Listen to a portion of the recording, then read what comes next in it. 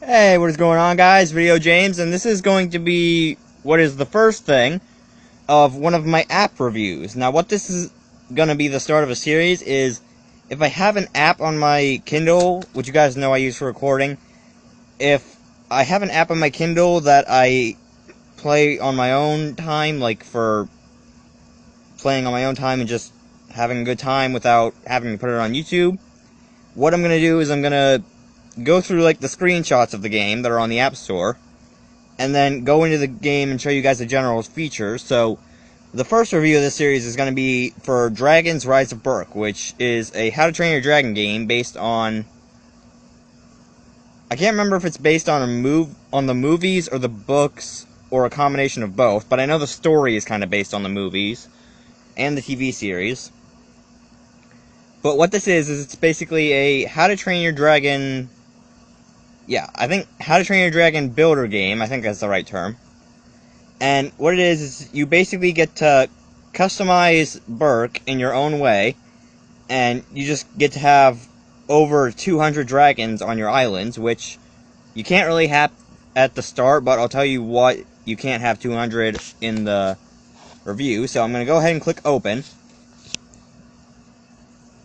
And there are going to be more of these, because there are apps that I've played on the Kindle before that I can't really get anymore. Like, for instance, the Transformers Age of Extinction game that got taken off for some reason. I think they actually lost funding for that game. And I have the music and sound off for this, and I don't think I'm going to turn them on. Well, I take that back, I will turn them on. But I'll turn them on like about that much. So, this is basically what the game is when you go into it. Is you get to customize your island the way you want to, and these buildings here that don't have dragons on them, these basically give you your people, which you see up here, this little Viking thing where it says 200 or 2200,000. Not 2200. 2200. God, I can't count today. But anyway, these kind of buildings basically give you this, and if you get a high enough number up here, you can actually be able to upgrade stuff like the wood stack and the fish basin, along with the training arena. And that's something I still need to upgrade, because I am lazy as heck on getting that upgraded. Too much cost. And then the platforms with all the dragons on them, if you can't tell, are the dragon roofs. And there's three main things a dragon can do. Is one, it can collect resources, like fish, wood, and sometimes iron. So if I click on Skull Crusher here, there you go. If I click on Skull Crusher, you can see he has little resource collection things down here. These are, down at the bottom, it says how much of each resource he collects per hour, and how long he goes out. So say if I sent him out for fish, it would take him 8 hours and 25 minutes to get back. And this is a time-based game, too, so it's not like you can just click stuff and it'll instantly happen. It's time-based, so you kind of have to go along with the pacing of how they work. And depending on how... I think it actually does affect the amount of dragons you have, but this is Mead Hall, and this is basically the center of everything. This controls your amount of dragons and your number of Vikings. And it's also where you can buy the buildings for the Vikings. So see, Mead Hall, level 13, you get a max of plus 350. I can't upgrade that right now. But, you see here, I can buy buildings and stuff like that. And I can buy those. And that's what Mead Hall basically does. It doesn't really do anything else. And then over here we got Johan's ship. This is basically part of the collection part of the game, which was a good feature they introduced.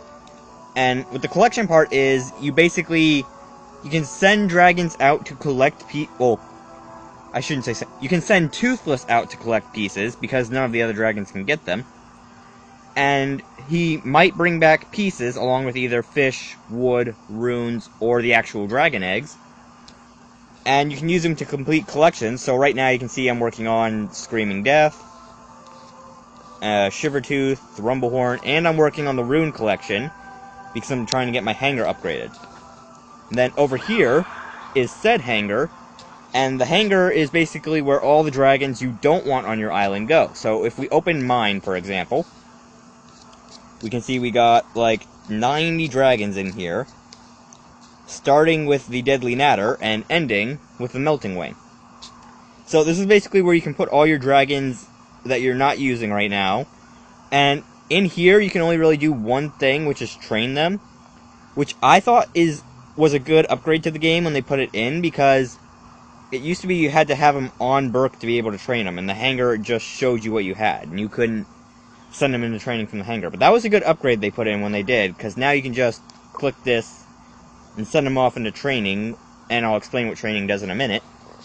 But you'll see each dragon has a level, like right now this one's level 3, and if we go back to my Natter, it's level 75, which is the highest level of anything I have. And you'll see, depending on where they're at in level-wise, they can do certain stuff. So, like, see, now my Natter has this little range thing here showing up, whereas the Melting Wing didn't. And it also has this little Titan thing down here, which I'll explain in a minute. But now, we'll move on to what Toothless can do, which is over here. And what Toothless does is he basically... Toothless is the main dragon acquiring tool for the game. What you do is, you click on, like, say, if I open the dragons section here, that little button right there, you see this list of dragons here, and all these things that say search at the bottom, that's what Toothless can look for. So see, if I click on that, it says, do you want Toothless to complete a search right away? That means he's out searching for another dragon, but if he came back, I could have him search for this, or the Gronsicle, or I could have him search for the Fireworm. But stuff that doesn't say it, like this right here, it says on Berk, you can't search for that stuff. And there is a event sort of thing in this game to where on weekends and stuff like that, they'll release new searches to where you can find different dragons. And if you guys want to see the stuff, you can scroll through it. But then as you go through the game and as you level up and all that, you can actually unlock things like this. This bridge has to be unlocked. You can't just get that right away. And then you have to unlock all of these. And I've already gotten rid of all of them, but in the start of the game, there's little resources like trees and rocks all around that give you wood and runes for free, but you have to remove the trees and rocks first. And those take fish and wood to get rid of. And then over here, we have one of the legendary dragons. And this is a dragon you can't really use, because what they do is they get sent out for their own items, or they have little things they can boost. So like if I wanted to boost the training time, I would click on this, and the Green Death would boost my training time. Or if I went down here, and I went and clicked on the Bewilderbeast, you can see him down there swimming around. That's my favorite thing, too, in this game now, is you can see the Bewilderbeast actually in the water. Like, look, you see him right there? But if I wanted to boost my fish collection, I could use the Bewilderbeast for that. And each of them provides something else, although the Forever Wing and the Bewilderbeast actually give you additional resource collection spots. And speaking of resource collection spots, that's what the fish hut and the sawmills are. Those are basically where you can send dragons to collect resources, and those you have to upgrade during time, and you have to be able to get them to level 3, and then you can send 3 dragons, because whatever level the resource building's at, swallow or choke to death.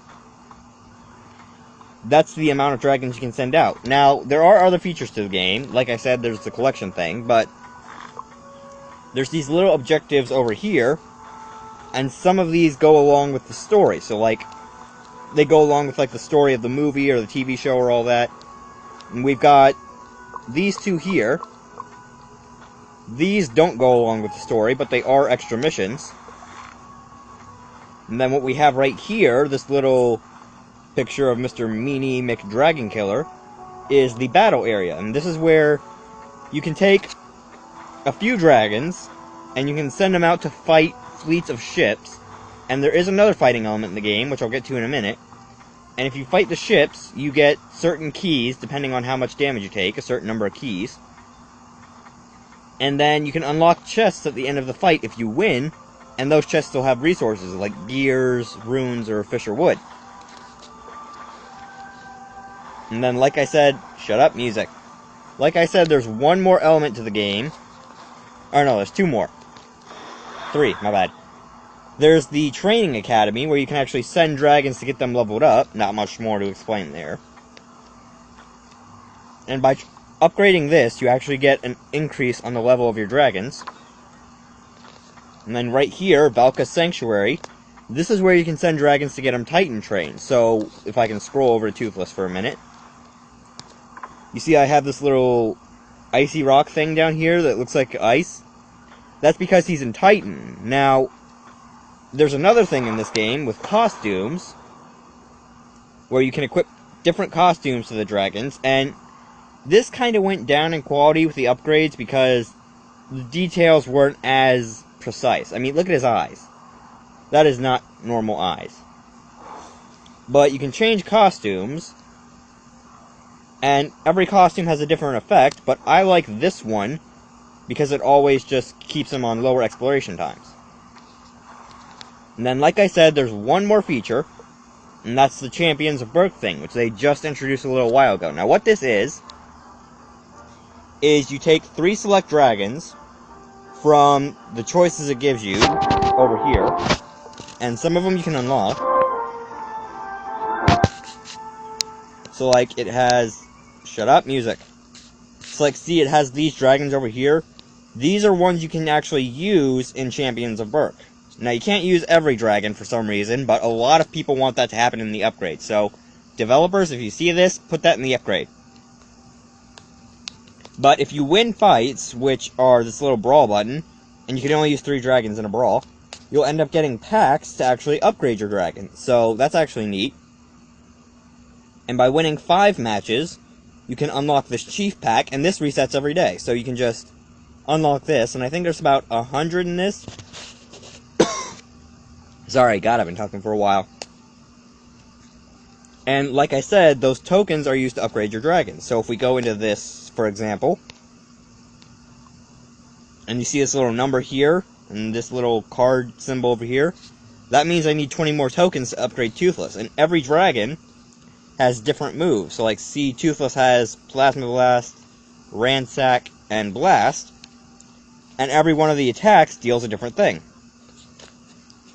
But anyway, that's basically Rise of Berk in a nutshell. I'm not going to explicitly do all the features. I'm not going to, like, show every feature off. I'm not going to play through every part. I'm not going to do... Like, I'm not going to go in here and do a fight for this or the ship thing. But that was my review for Rise of Berk. I definitely give it 4 out of 5. It's my favorite game on the Kindle, but I wouldn't give it 5 out of 5 just because with the upgrade, they kind of deteriorated some features. And also, the one thing that I have to complain about is there isn't enough room.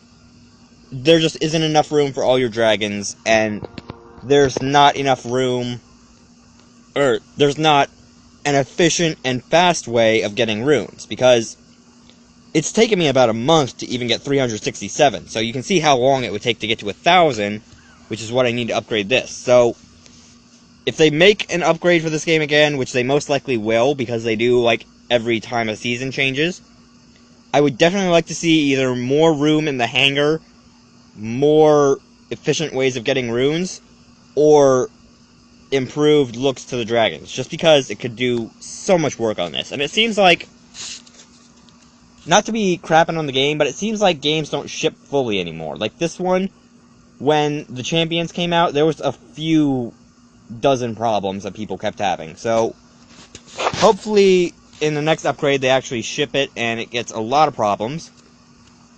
But anyway, again, that was my review for Rise of Berk. Definitely 3-star, not 3-star, 4-star. And I hope you guys liked this video. It's probably a little long, but meh. If you guys did like it, slap the like button below, and I will see you guys later.